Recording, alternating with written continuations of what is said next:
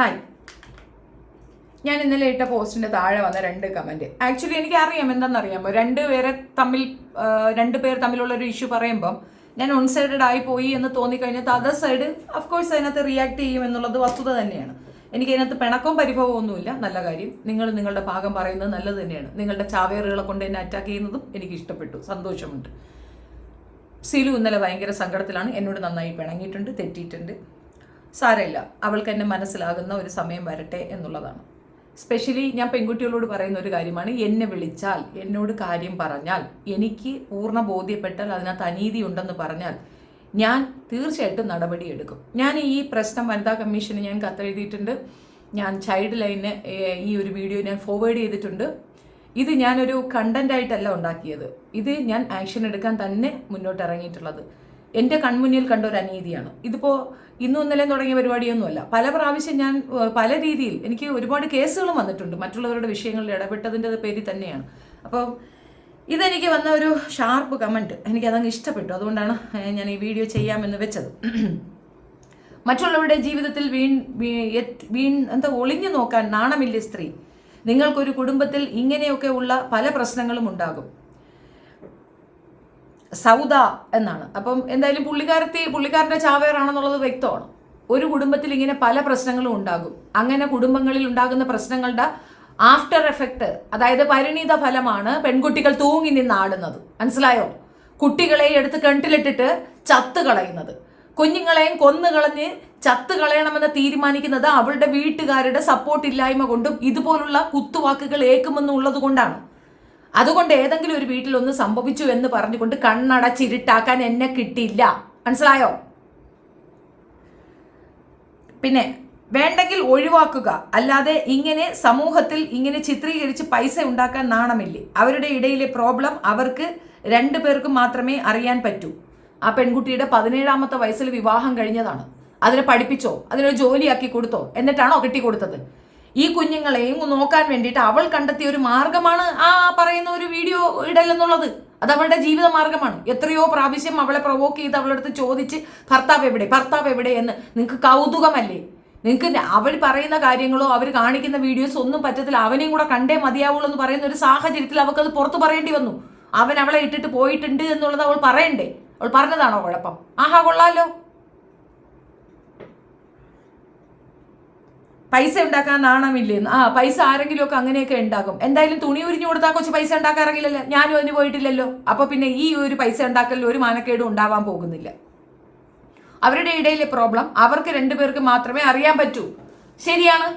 എങ്കിൽ പിന്നെ ബാക്കിയുള്ള യൂട്യൂബേഴ്സ് എന്തിന് എടുത്തു വെച്ച് ആ പെൺകുട്ടിയെ മാത്രം അപഹേളിച്ചു? ഞാൻ ഉൾപ്പെടെ കാര്യം അറിയാതെ അവളെ പറഞ്ഞിട്ടുണ്ടല്ലോ. ഞാൻ പറഞ്ഞത് ഞാൻ എൻ്റെ തെറ്റ് തിരുത്തി.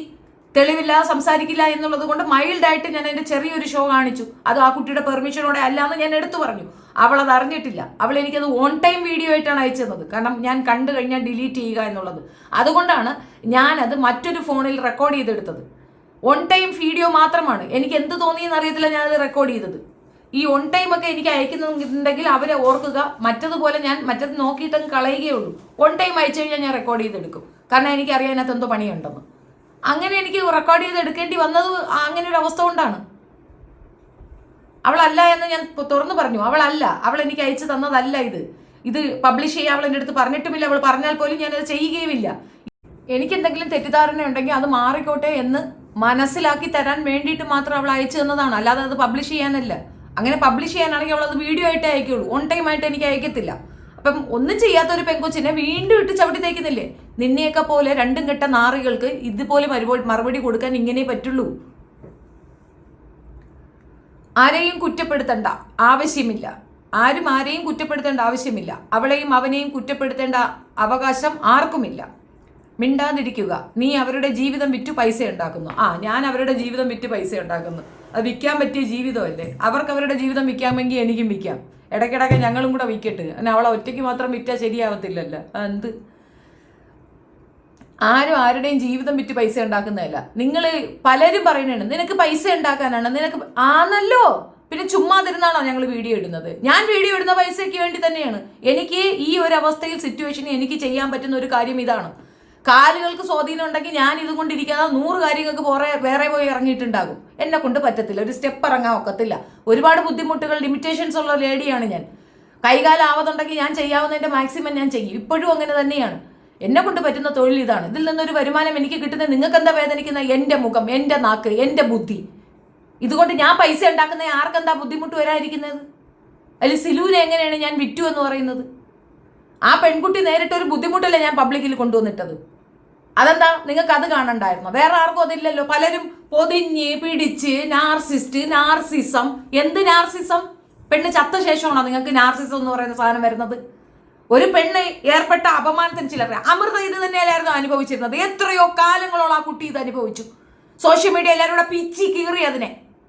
എന്ന് ഞാൻ ഇറങ്ങി, എന്ന് ഞാൻ അവളെ കൊണ്ടത് പറയിച്ചു, അന്ന് തീർന്നു ആ കുട്ടിയുടെ സ്വസ്ഥത. എത്ര നേരം അതിന് എന്തെല്ലാം വൃത്തികേടുകളാണ് ഇവറ്റകൾ പറഞ്ഞുണ്ടാക്കിയത്, എന്തെല്ലാമാണ് പറഞ്ഞുണ്ടാക്കിയത്.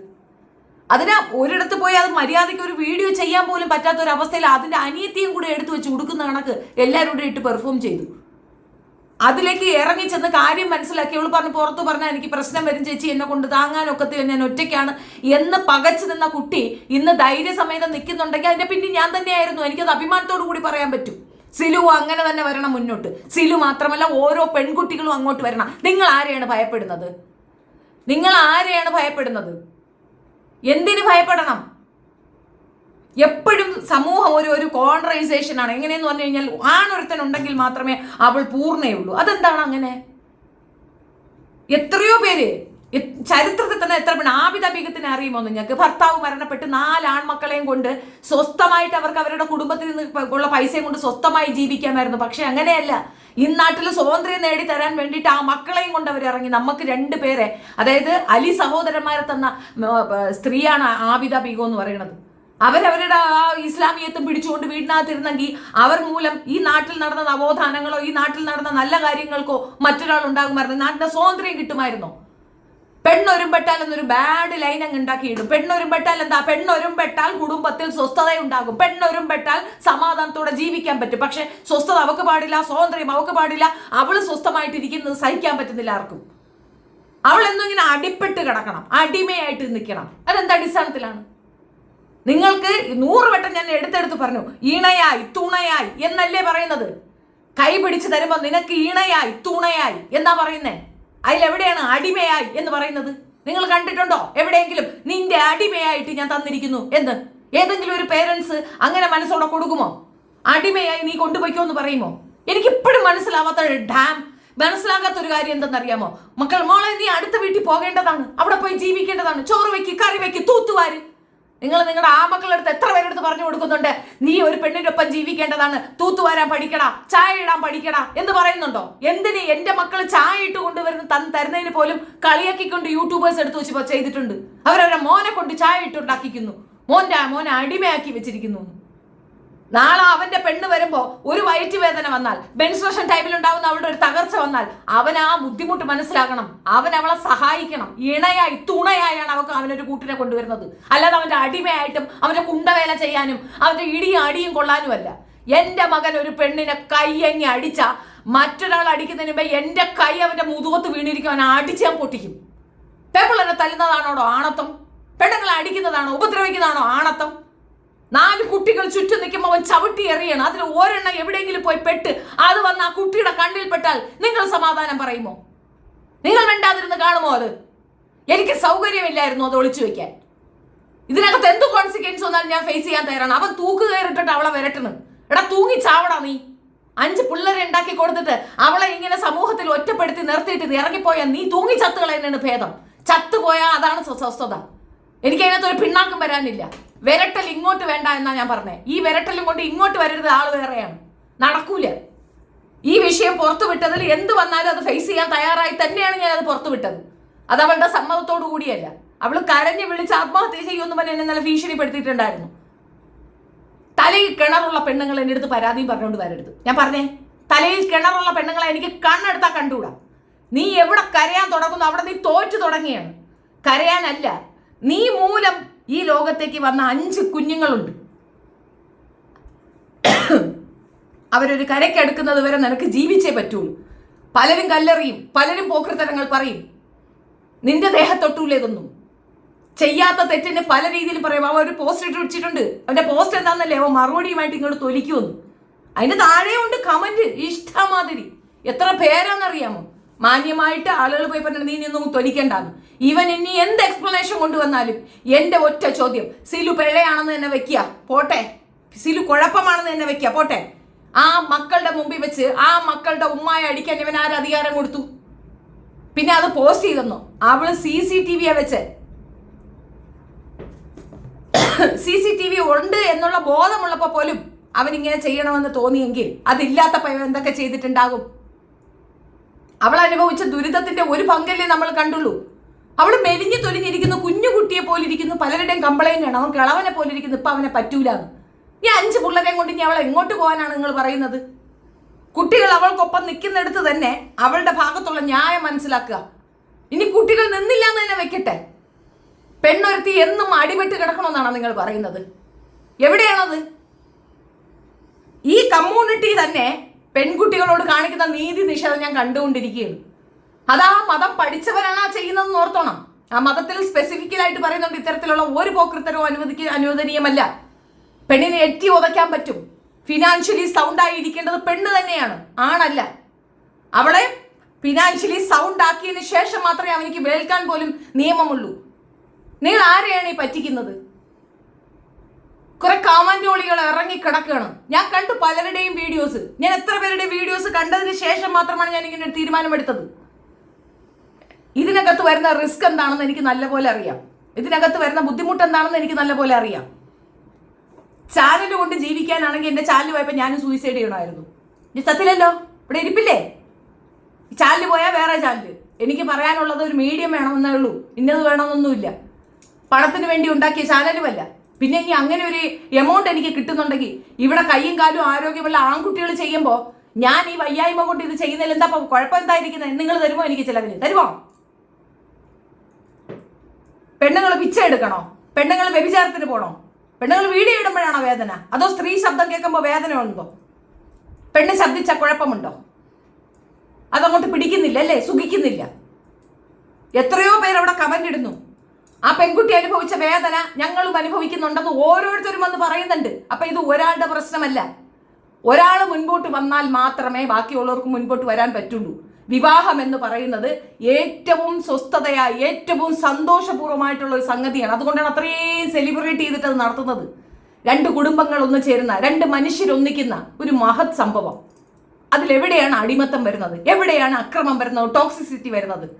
എങ്ങനെയാണ് ഇവർ വൾഗാരിറ്റി അതിനകത്തേക്ക് കുത്തിക്കയറുന്നത്? അങ്ങനെ വൾഗാരിറ്റി കാണിക്കാനുള്ളവനിക്കുള്ള സ്ഥലമല്ല വിവാഹം എന്ന് പറയുന്നത്. തലയ്ക്ക് സുഖമില്ലാത്തവനെ മെന്റൽ ഹോസ്പിറ്റലിൽ കൊണ്ടിടണം, കറണ്ട് അടിപ്പിച്ചു കൊടുക്കണം, പെണ്ണെട്ടിച്ചല്ല കൊടുക്കേണ്ടത്. ആ കുടുംബം അവൾക്കൊപ്പം നിൽക്കുന്നുണ്ടെങ്കിൽ, ഈ അവളെ എതിർത്തുകൊണ്ട് നിൽക്കുന്ന അവന്റെ ഒപ്പം നിൽക്കുന്നുണ്ടെങ്കിൽ ആ കുടുംബത്തിനെ പറഞ്ഞാൽ പോരെ? നമ്മുടെയൊക്കെ വീട്ടിലൊരു പ്രശ്നം, എന്റെ ബ്രദേഴ്സ് എന്തെങ്കിലും ഒരു കുർത്തക്കേട് കാണിച്ചു കഴിഞ്ഞാൽ ഞങ്ങൾ അവളെ വീട്ടിൽ പറഞ്ഞു വിടാറില്ല. അവിടെ ചെന്ന് ബ്രദറിന് ചെവിക്കലിന് അടിയാ കൊടുക്കുന്നത്, പെണ്ണിനെ തുടരണമെന്നാ പറയുന്നത്. ഞാൻ ഇന്നലെയും പറഞ്ഞ കാര്യമാണ്, എന്റെ നാത്തൂമാർ എന്നെ കുറിച്ചൊന്നും പറയത്തില്ലെന്ന്. അഫ്കോഴ്സ് അവിടെ ഉണ്ടാകുന്ന പ്രശ്നത്തിൽ ഞാൻ എന്റെ നാത്തൂമാർക്കൊപ്പം നിൽക്കുക, എന്റെ സഹോദരനൊപ്പം അല്ല നിൽക്കുന്നത്. പെമ്പിളരെ തൊട്ട് കളിക്കുന്ന ഒരു നാറികളും എന്റെ അകരാതിയിൽ പാടില്ല, കാണാൻ പാടില്ല. ഞാൻ എനിക്ക് പറ്റാത്തത് കൊണ്ടാണ്. അല്ലെങ്കിൽ ഞാൻ ഇപ്പൊ ചെന്ന് അവിടെ ചെന്ന് അവനെ ഒരു പൊട്ടിയിലെങ്കിലും കൊടുക്കണമെന്ന് എനിക്ക് വലിയ ആഗ്രഹമുണ്ട്. ഒരു ചവിട്ടി പോട്ടേന്ന് നോക്കിയാൽ ആ അടുത്ത് ചേർ ചവിട്ടുന്ന ആ കുട്ടി ഇവിടെ നോക്കിക്കൊണ്ട് നിൽക്കുന്നു. പിഞ്ച് പൈതലുകൾ ബാക്കിലും ഫ്രണ്ടിലുമായിട്ട് നടന്നിറങ്ങി വരുന്നു. എന്തെങ്കിലും ഒരു അബദ്ധം ചെയ്തു പോയാൽ കുട്ടികളുടെ ദേഹത്ത് കൊണ്ടാൽ ഇവൻ സമാധാനം പറയുമോ? നമ്മൾ എത്രയോ ജീവിതങ്ങൾ കാണുന്നു, ഡെയിലി എത്രയോ വാർത്തകൾ വായിക്കുന്നു.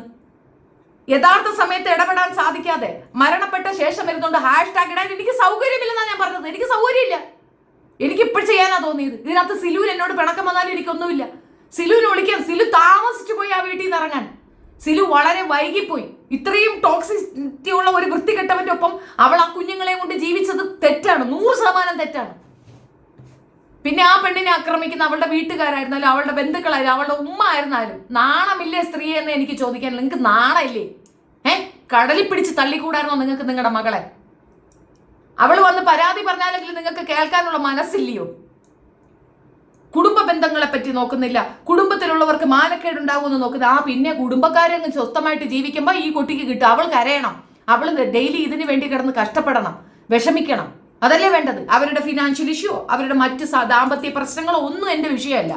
5 മക്കളുള്ള ഒരു കുടുംബത്തിൽ മാതാപിതാക്കൾ പാലിക്കേണ്ട സംയമനം ആ തന്ത പാലിച്ചിട്ടില്ല. അങ്ങനെയുള്ള ഒരു വ്യക്തിയിൽ നിന്ന് അവൾ പിരിഞ്ഞു പോയെങ്കിൽ അത് റൈറ്റ്, അത് കറക്റ്റാണ്. അവൾ തനിച്ചാണ്, അവളെ സപ്പോർട്ട് ചെയ്യണം.